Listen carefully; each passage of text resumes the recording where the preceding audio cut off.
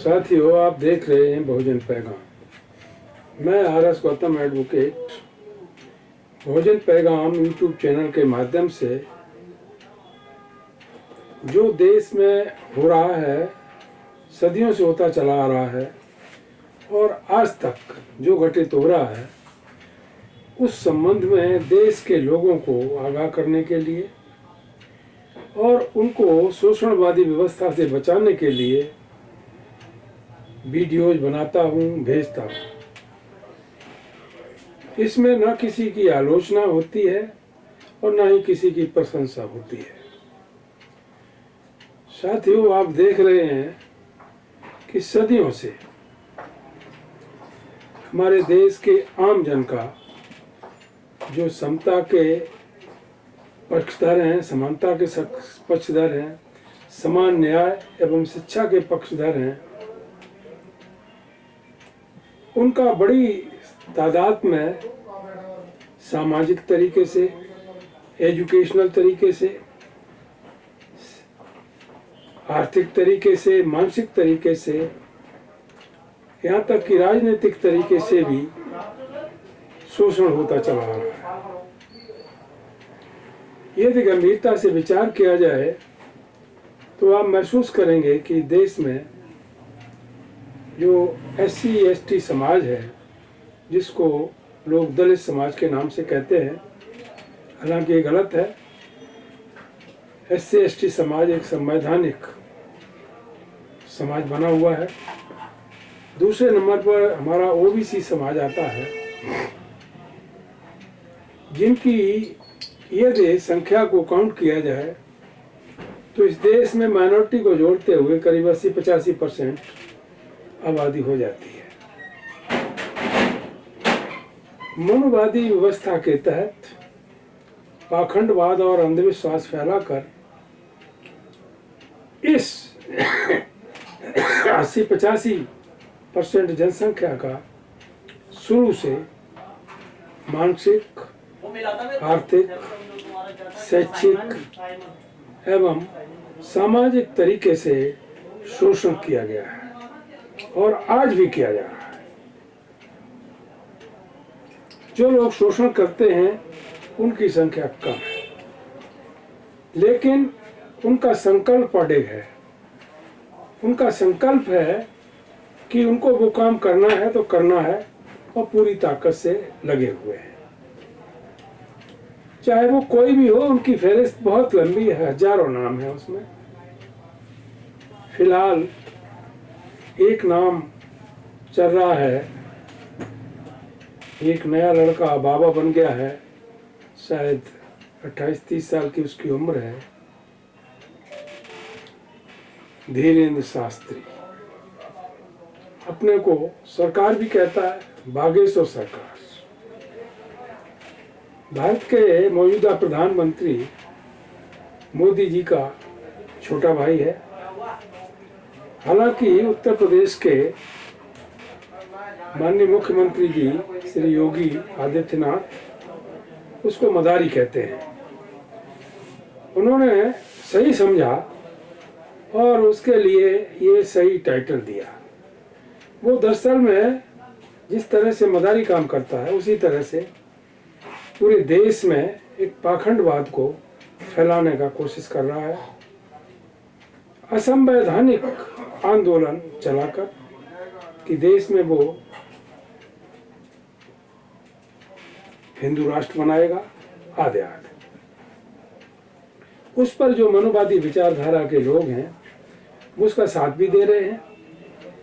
पैसे की कोई कमी नहीं है और कहीं किसी नाम से, कहीं किसी नाम से वो कहीं कथाएं करता है, उपदेशक बन जाता है, यात्राएं करता है, आदि आदि। ये तो बात एक उदाहरण के तौर पर मैंने कही। ऐसे बहुत सारे कितने हैं जो पूरे देश के अंदर मनुवादी लोग कथावाचक बन करके SC/ST और OBC समाज के युवाओं को, महिलाओं को और मुख्य रूप से उनकी जो लड़कियां हैं उनको भी गुमराह करके उनको बजाय शिक्षा की तरफ ले जाने के उनको शिक्षा की तरफ, पाखंडवाद की तरफ, और एक ऐसी व्यवस्था जिसे आप सामाजिक व्यवस्था नहीं बल्कि असामाजिक व्यवस्था या एक अमान्य व्यवस्था कहेंगे, उसकी तरफ ढकेलने का प्रयास किया जा रहा है। अब इन चीजों से बचना कैसे है, आलोचना तो सभी लोग करते हैं, हम उस पर नहीं जाना चाहते। बट इज द अल्टरनेट, देश के इन वर्गों के लोगों को अल्टरनेट के बारे में सोचना चाहिए। मैं जानता हूं, जब मैं छोटा था उस समय गांव में कुछ महात्मा लोग आया करते थे, कबीरपंथी थे, हमारे घर पे रुकते थे और गांव में रुकते थे, और वो कबीर साहब के बारे में, संत रविदास के बारे में, संत गाडगे के बारे में और भगवान बुद्ध के बारे में बताया करते थे, और लोगों को बजाय अंधविश्वास की तरफ ले जाने के प्रकाश की तरफ लाने का प्रयास करते थे। आज उनकी संख्या धीरे धीरे ना के बराबर हो गई है। अब उस तरह के साधु महात्मा कहीं दिखाई नहीं पड़ते, शायद ही कहीं दिखाई पड़ता हो। उसके बाद धीरे धीरे कुछ वर्षों से संसार के शास्त्र बुद्ध के बारे में कुछ लोग भिक्षु बन गए, आज भी बने हुए हैं, लेकिन वो जहां पर भिक्षु बन गए उन्होंने वहीं अपना डेरा डाल लिया, बुद्ध विहार बना लिया अथवा कोई भी घर बना लिया, बस वहीं पर वो रह करके अपना जीवन यापन करने लगे। जबकि भिक्षु का धर्म ये है बुद्ध रीति के अनुसार कि वो जब भिक्षु बन जाता है तो समाज में उसे जाना चाहिए, जागरण करना चाहिए, और अंधकार से हटाकर संसार के लोगों को प्रकाश की तरफ प्रेरित करना चाहिए। ये उसका धर्म होना चाहिए। लेकिन ऐसा नहीं हो रहा है। हम भी देख रहे हैं दिल्ली में, पूरे देश में, जहाँ पर भी कुछ को छोड़कर ज़्यादातर भिक्षु हैं, वो अपनी अपनी जगह केंद्रित हो गए और समाज में कभी जाते हैं, नहीं जाते हैं, अपने तक सीमित हैं। इस तरह से बुद्ध का जो समतावादी मिशन है, समतावादी धर्म है, मानवतावादी धर्म है, उसको घर घर तक पहुंचाने में कठिनाई महसूस हो रही है।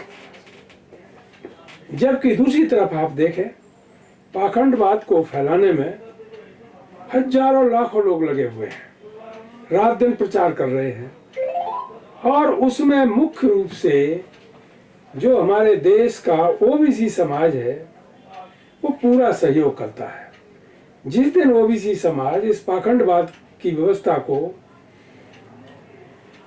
सहयोग करने से बाज आएगा, यानी सहयोग करना बंद कर देगा, ये पाखंडी लोग पाखंडवाद फैलाना बंद कर देंगे। इसकी तह में यदि हम जाएं तो ऐसा ही महसूस होता है। हालांकि जो SC/ST के लोग हैं वो भी कम नहीं है, उनमें जो लोग पढ़ लिख गए हैं अथवा जो अच्छे अच्छे पदों पहुंच गए हैं, जिनके पास पैसा हो गया है, वो भी उसी विचारधारा में लिप्त हो गए।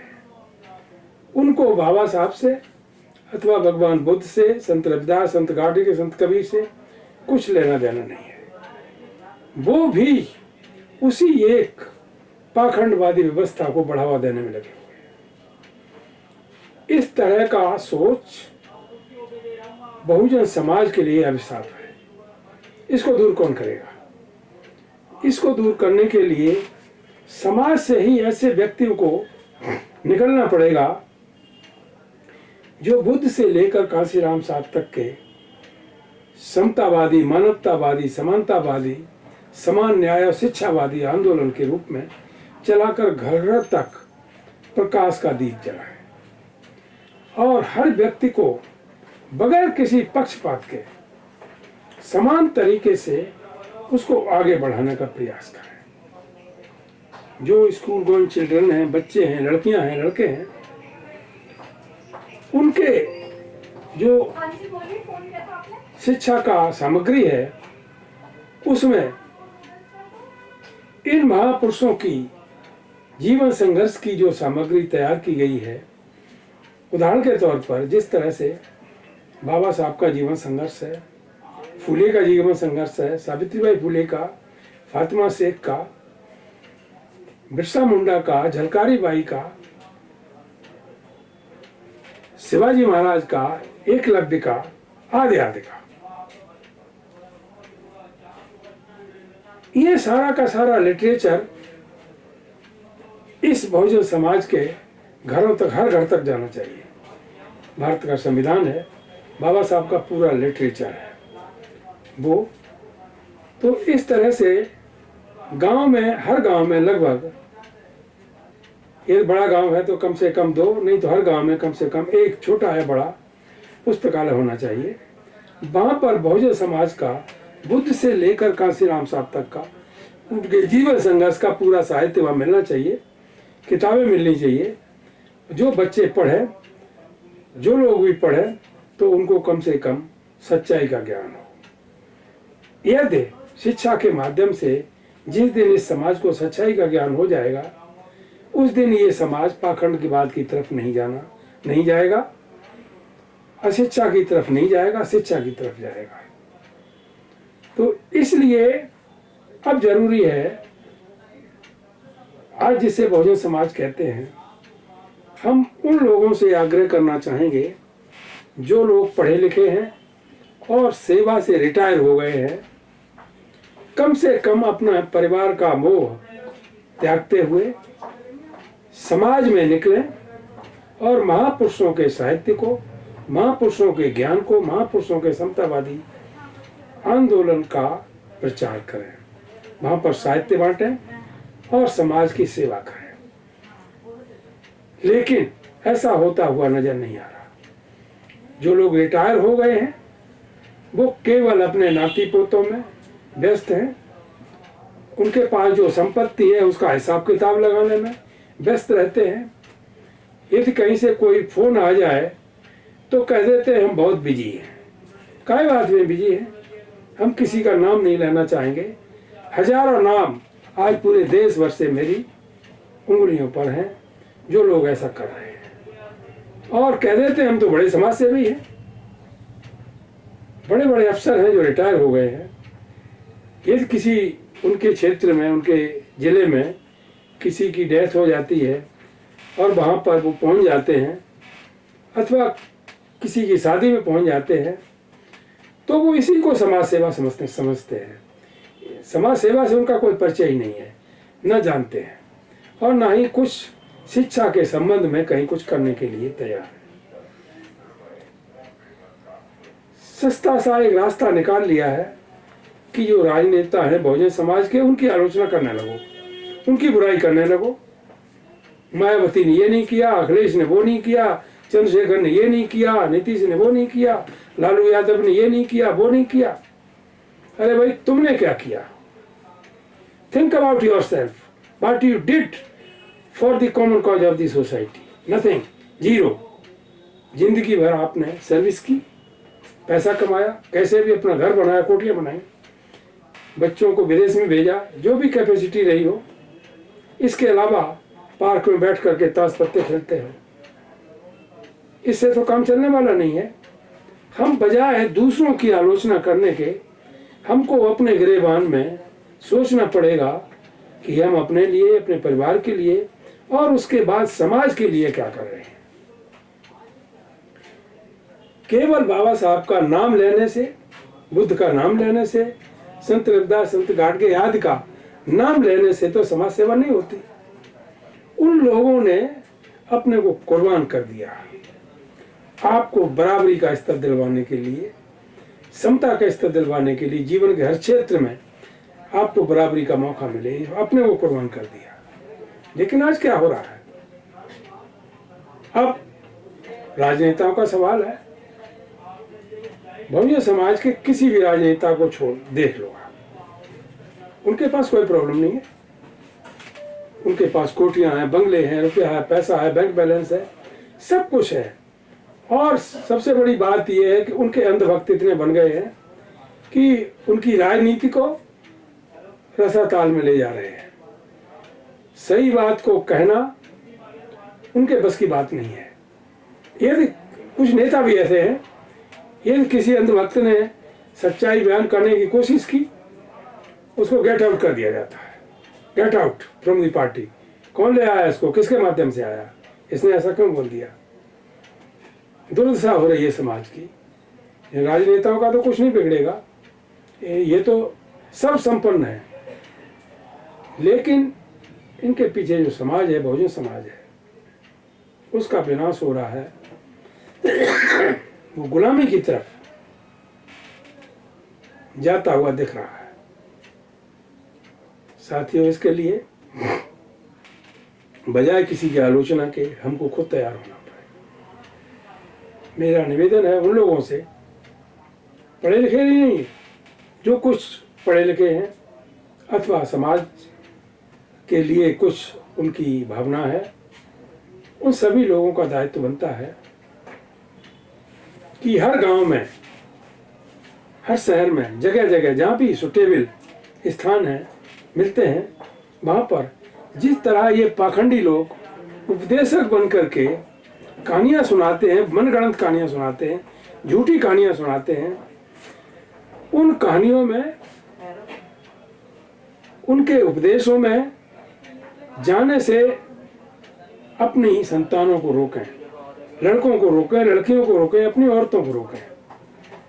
क्योंकि मैंने देखा है, ये मेरा अनुभव है कि जो बहुजन समाज की लेडीज हैं, वो ज़्यादा ही आज के समय में धर्मपंथी बनती दिखाई दे रही हैं, बही जाती हैं और लौटने के बाद घर में क्लेश होता है। इसलिए आप लोगों से मेरी गुजारिश यही है कि जहाँ पर बुद्ध के नाम पर, पेरियार के नाम पर, ललन सिंह यादव के नाम पर, बाबा साहब अम्बेडकर के नाम पर, सावित्रीबाई फुले के नाम पर, फातिमा शेख के नाम पर, बिरसा मुंडा के नाम पर, झलकारी बाई के नाम पर, संत कबीर, संत गाडगे, संत रविदास के नाम पर, उनके उद्देश्यों को लेकर जहाँ पर भी ये प्रवचन होता है, कथा होती है, वहाँ पर अपने बच्चों को भेजो, वहाँ अपनी लड़कियों को भेजो, वहाँ औरतों को भेजो, वहाँ खुद जाओ। समाज के लोगों को उपदेशक बनना पड़ेगा, तभी आकर के ये काम हो पाएगा। इन्हीं शब्दों के साथ आज मैं अपनी बात समाप्त करता हूँ और उम्मीद करता हूँ आप लोग बहुजन पैगाम को घर घर तक पहुँचाने में सहयोगी बने। सब्सक्राइब करें, लाइक करें और कमेंट करें। जय भीम, जय भारत, नमो बुद्धाय।